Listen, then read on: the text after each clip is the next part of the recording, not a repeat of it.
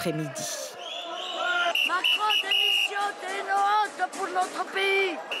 Barricades, feux de palette contre bombes lacrymogènes, les affrontements particulièrement violents se sont poursuivis jusqu'en début de soirée. Même scène de guérilla civile dans le centre-ville de Charleville-Mézières. Le chef-lieu des Ardennes a rarement connu de telles échauffourées. Parmi les gilets jaunes, une quarantaine de casseurs. Bilan de ces affrontements, 6 blessés, dont 4 policiers. À Bordeaux, au milieu des manifestants et des lacrymogènes, les pompiers évacuent cet homme grièvement blessé à la tête. Au fil de l'après-midi, la situation s'est tendue.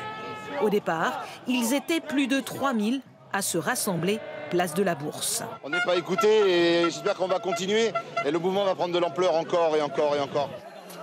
Au Puy-en-Velay, la préfecture cible des gilets jaunes. Certains manifestants ont essayé de s'introduire dans le bâtiment.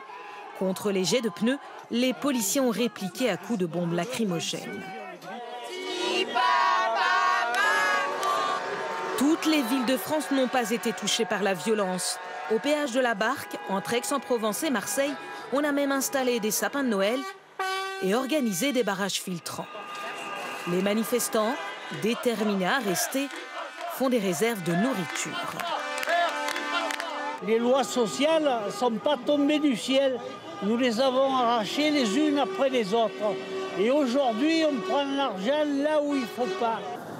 À Montpellier, les blocages des gilets jaunes ont créé des embouteillages. Mais de part et d'autre, tout le monde a gardé son calme. Voilà donc pour un point complet sur la situation.